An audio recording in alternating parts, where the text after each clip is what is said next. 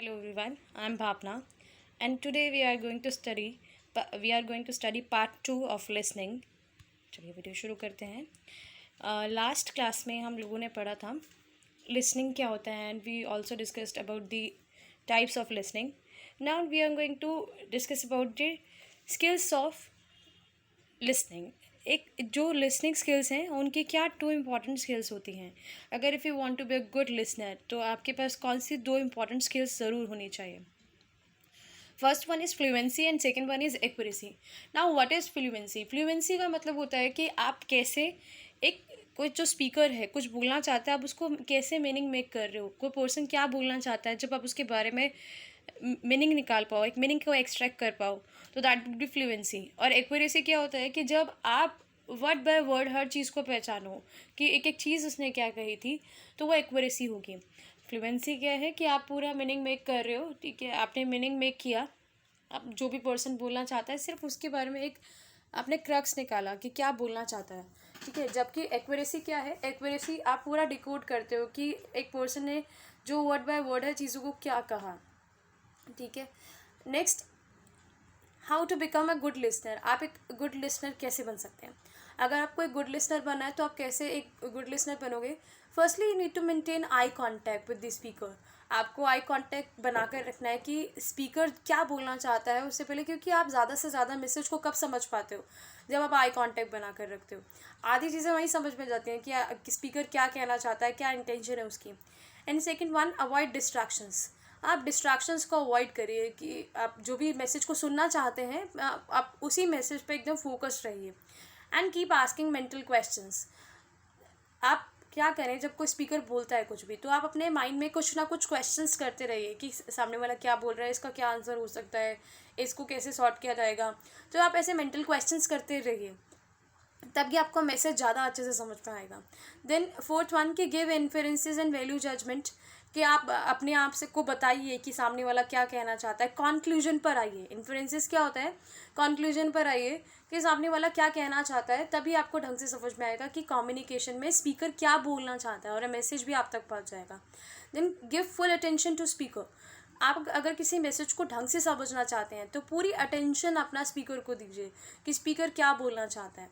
Next, let the speaker finish before you begin to talk. अगर आपको कुछ भी बात करनी है, कुछ भी बोलना है, ठीक है, तो आप पहले स्पीकर को फिनिश करने दीजिए अपने सेंटेंस को या अपनी बात को, फिर उसके बाद आप पूछिए जो आपको पूछना है, तभी आप एक अच्छे लिसनर कहला सकते हैं. Then listen for main ideas. This is too important ना, कि आपको जिस चीज़ के लिए आप सुन रहे हो आपको वही पहले उसके मेन आइडियाज़ को वही सबसे ज़्यादा ज़रूरी समझना चाहिए. Then give feedback also. अब फीडबैक आप कैसे देंगे. फीडबैक देने के लिए फीडबैक कैसे देंगे आप. फीडबैक आपने क्या किया, पहले लिसनर ने क्या बोला, जब लिसनर ने कुछ भी बोला, ठीक है, आप जो भी सामने वाला जो स्पीकर ने जो कुछ भी बोला, उसके बोलने के बाद आप अपने आप से मेंटल क्वेश्चंस कर रहे हैं, ठीक है, आप उस मैसेज को समझने की कोशिश कर रहे हैं. फिर आपने मैसेज को समझा, डिकोड किया, देन आप उसके बाद फीडबैक देखते हैं, ठीक है. तो आपकी गुड और इफेक्टिव लिसनिंग स्किल्स कैसे डेवलप होंगी, जब आप इन चीज़ों पर ध्यान दें. नेक्स्ट है मेरिट्स ऑफ लिसनिंग. कि लिसनिंग की अच्छाइयाँ क्या है, मेरिट्स क्या हैं. अगर आप एक अच्छे लिसनर बन जाते हैं तो क्या फ़ायदे होंगे इसके. ऑफकोर्स एक आपकी एक्यूरेसी को बढ़ाएगा, आपके कॉन्फिडेंस को बूस्टअप करेगा. जब आप ज़्यादा से ज़्यादा लोगों को समझोगे, सुनोगे, तो आपको चीज़ें समझ में आने लग जाएंगी. जैसे आप सपोज़ करिए आपको कोई कंसेप्ट समझना है तो वो अपने टीचर को सुनते हैं ना, तभी तो ज़्यादा चीज़ें समझ में आती है. जब एक अंडरस्टैंडिंग डेवलप होती है तो आप कॉन्फिडेंस भी आपका बूस्टअप हो जाता है, आपकी प्रोडक्टिविटी भी बढ़ती है. सपोज़ आपको आपको किसी स्टेज पर बोलना है, आपने बहुत सारे लोगों को सुना स्टेज पर बोलने से पहले, ठीक है, फिर आपने अपने स्टाइल में बोला, तो कहीं ना कहीं लिसनिंग आपकी प्रोडक्टिविटी और आपकी स्किल को नरिश कर रही है. Next one, it enhances your vocabulary.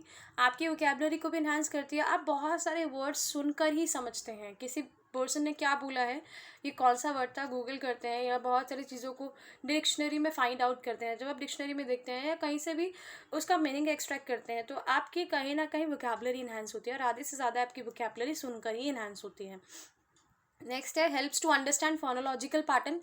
आप बहुत सारे पैटर्न्स जो होते हैं ना लिसनिंग से ही समझ में आते हैं कि इसका साउंड क्या होगा, इसका साउंड क्या होगा। यूजुअली आप जब भी, अगर जैसे सपोज टेक एन एग्जांपल, आपको इंग्लिश के साउंड्स को समझना है तो आप बहुत सारी मूवीज़ देखते हैं, ठीक है, आप मूवीज़ को देखते हैं या डायलॉग्स को सुनते हैं या बहुत सारे ऐसे इनके टीवी शोज़ आते हैं, तो आप क्या कर सकते हैं, टीवी शोज़ को सुन सकते हैं, तो आपकी फोनोलॉजिकल साउंड्स अपने आप ठीक हो जाएगी। तो कहीं ना कहीं लिसनिंग आपके फोनोलॉजिकल पैटर्न्स को समझने में भी आपको हेल्प करता है कि फोनोलॉजिकल साउंड क्या होंगे एक लैंग्वेज के। और लिसनिंग आपको इन्फॉर्मेशन तो देता ही है, जब आप किसी को सुनते हैं तो आपको इन्फॉर्मेशन गैदर कर पाते हैं, आपको इन्फॉर्मेशन मिलती है। बट ये भी ध्यान, क्या हो सकते हैं, बैरियर्स भी हो सकते हैं। जब आप कुछ बोलते हैं तो आपकी इफेक्टिव लिसनिंग में क्या हो सकते हैं, बैरियर्स भी हो सकते हैं। क्या बैरियर्स हो सकते हैं? First one, when the speaker is not linked by the listener.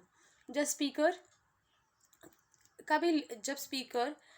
Connect नहीं हो पाता लिसनर से, या लिसनर स्पीकर से कनेक्ट नहीं हो पाता, तो एक आपका बैरियर हो सकता है इफेक्टिव लिसनिंग में। और कंटेंट इंटरेस्टिंग ना हो लिसनर के लिए, when content is not interesting for the listener. Listener के लिए कंटेंट कैसे इंटरेस्टिंग ना हो, आप जैसे कोई सुनना चाहते हैं और आपको कंटेंट समझ में नहीं आता, वो कहीं ना कहीं कंटेंट आपके लिए इंटरेस्टिंग नहीं होगा, ठीक है, और आप नहीं सुनेंगे, तो लिसनर अगर उस कंटेंट को ना सुनना चाहे तो बैरियर होगा। और अननोन लैंग्वेज है किसी लिसनर के लिए, तो भी आपको मैसेज समझ में नहीं आएगा, नहीं आप सुनना पसंद करेंगे। कि आपको कोई लैंग्वेज अननोन है, सपोज आप फ्रेंच समझ रहे हैं तो आपको नहीं समझ में आएगी अगर आपने सीखी नहीं है तो आपको लिसनिंग में भी कहीं ना कहीं आपको इन्जॉयमेंट नहीं आएगा, आप नहीं सुनोगे।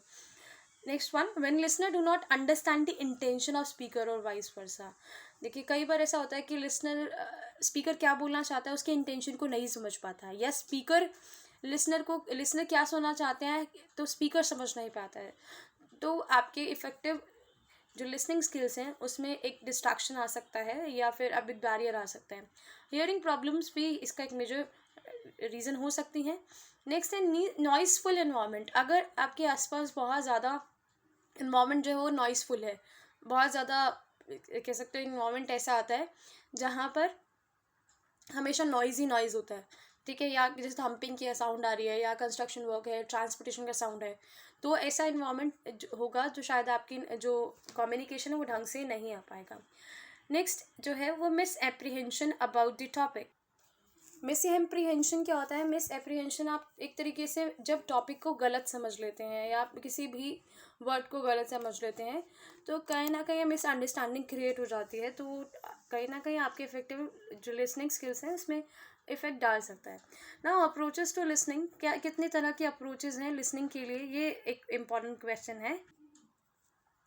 अप्रोचेस टू लिसनिंग क्या होगा कि आप जब बीइंग अ टीचर जो इंस्ट्रक्शंस देते हैं लिसनिंग में किसी भी तरीके से दे सकते हैं। आप कैसी एक्टिविटीज़ के साथ इसको इंटीग्रेट कर सकते हैं लिसनिंग को, ताकि कम्युनिकेशन टास्क अच्छा हो पाए। तो अगर टेक्निकली देखा जाए तो 4 अप्रोचेस हैं जिसके थ्रू आप लिसनिंग को सिखा सकते हैं। अगर आपको लिसनिंग को सिखाना है तो फर्स्ट अप्रोच जो है वो है डायरेक्ट अप्रोच। इस अप्रोच में बीइंग अ टीचर आप क्या करिए, बीइंग अ लैंग्वेज टीचर आप लिसनिंग एक्टिविटीज़ को ऑर्गेनाइज कीजिए और रियलाइज़ कराइए कि लिसनिंग स्किल्स कितनी इंपॉर्टेंस हैं, लिसनिंग स्किल्स की इंपॉर्टेंस कितनी है। आधे से ज़्यादा सोल्यूशन आपकी लिसनिंग स्किल से ही होते हैं। तो एक टीचर को क्या करना चाहिए, डिस्कस करना चाहिए लिसनिंग प्रोसेस के बारे में, बताना चाहिए कि गुड लिसनिंग क्या होती है, पुअर लिसनिंग क्या होती है, एक्टिविटीज़ के थ्रू। और स्टूडेंट्स अवेयर होंगे ना कि वो क्या कर रहे हैं, फीडबैक कैसे देना है, क्या पॉसिबिलिटी है फीडबैक देने की। कि कई बार लोग सोचते हैं कि कम्युनिकेशन देने के बाद आपको फीडबैक नहीं देना है, तो स्पीकर को पता कैसे चलेगा कि मैसेज आप तक पहुंचा कि नहीं पहुंचा। तो आप स्टूडेंट्स को अवेयर कराइए, उनके बिहेवियर में चेंजेस लाइए कि आपको फीडबैक देना भी ज़रूरी है। तो वो इतना फोकस्ड होकर बताएंगे और बच्चे भी उसे फोकसली सुनेंगे, तो वो आपकी डायरेक्ट अप्रोच होगी। Now next one, integrate approach. अब इंटीग्रेट अप्रोच क्या होता है? इंटीग्रेट अप्रोच ऐसा बहुत बार आपने देखा होगा कि टीचर क्या करती है कि रीडिंग और राइटिंग टास्क को पहले ओरिएंट करती है कि रीडिंग एंड राइटिंग क्या होता है, इनको दोनों को मिलाकर रीडिंग और राइटिंग को आपको इंटीग्रेट करना है लिसनिंग के साथ। तो तीनों को मिक्स करना है आपको, रीडिंग को, राइटिंग को और लिसनिंग को। क्या कर सकते हो आप इसके लिए? आप स्टूडेंट से पूछ सकते हो कि किसी भी टेक्स्ट को आप किसी भी टेक्स्ट को आप उनके सामने बोलें।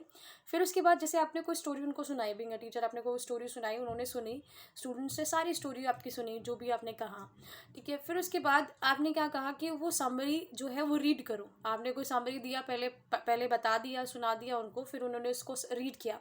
तो पहला क्या हुआ, लिसनिंग हुआ, हुआ, फिर दूसरा क्या हुआ, रीडिंग हुआ। फिर आपको क्या करना है कि उसके अलावा भी वो क्या कर सकते हैं, उनको बोलो कि रिपोर्ट लिखो, जो आपने सुना आप और जो पढ़ा उसके बारे में कुछ लिखो, ठीक है, या उसके बारे में कुछ भी आप लिख कर लाइए, कोई भी पीस ऑफ पेपर आप दे सकते हो लिखने के लिए। तो वो क्या हुआ, राइटिंग हुआ। तो इसे इंटीग्रेट कहते हैं, क्योंकि आप इंटीग्रेट कर रहे हो, किसको इंटीग्रेट कर रहे हो, लिसनिंग को, रीडिंग के एंड राइटिंग को। तो इस तरह से आप इंटीग्रेशन अप्रोच यानी इंटीग्रेट अप्रोच आप यूज़ कर सकते हो लिसनिंग को अगर मेजरली फोकस करना है तो। नेक्स्ट है द इंसिडेंटल अप्रोच। ये बहुत ज़्यादा कॉमन अप्रोच है, मोस्ट कॉमन अप्रोच अगर आप देखें क्लासरूम में यही होती है। इसमें स्टूडेंट की जो अटेंशन होती है वो बहुत वेरियस थिंग्स में लेकर जाते हैं, ठीक है, बहुत सारे प्रोसेस में लेकर जाते हैं अटेंशन जो लर्नर की होती है अलग अलग जगह पे। तो ये इन्फॉर्मेशन जो होती है इंसिडेंटल होती है।